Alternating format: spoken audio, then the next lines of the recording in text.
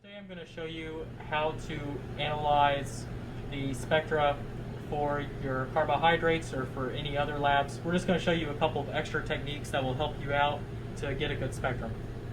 So right here we have a previous year's MHz sample. So here is the MHz NMR spectrum, and as you can see there are quite a few peaks. So for this, because there's only a certain region we actually care about, we only went from 2 to 8 ppm. So we're going to go over here to the right side and we're going to click on this little zoom mode button. So you're just going to left click there, and now that's selected, your cursor should look like that little magnifying glass, and we're going to left click and drag from 8 to 2 ppm. So now you have a zoomed in version. So you would then print this spectrum off using the techniques that we showed you in the previous NMR video.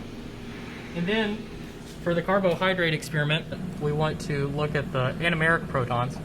And for MHz, those come around 5.8 ppm and 6.1 ppm. So you're going to use that exact same zoom mode. If it's already selected, you can just left click drag so that we're looking at just that particular region. And you notice here that the peaks are of rather low intensity. So to get a better spectrum, we're going to want to increase the intensity, and you can do that by scrolling upwards on the middle mouse wheel. So you just scroll upwards and you should see that the peaks will become more intense. So once you have it at a good place, that's pretty good intensity, you're going to want to go ahead and process like normal.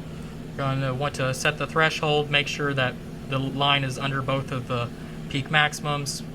You can then do the integration. So we'll click the integral button. We're going to then click the integral button a second time so that we can delete the integral regions. Then you can click the hide integral, click the integral button again, and then click the scissor button so that we can left click on each side of the peak to choose our integration region. Okay, now that we've done that, we can go down here to the right and display the integral values, and you can also display that your peaks below the threshold. So you can see their ppms and you can see their integration. And this is what you'll need to do for the carbohydrate experiment, and you may need these techniques in other NMR experiments in the future.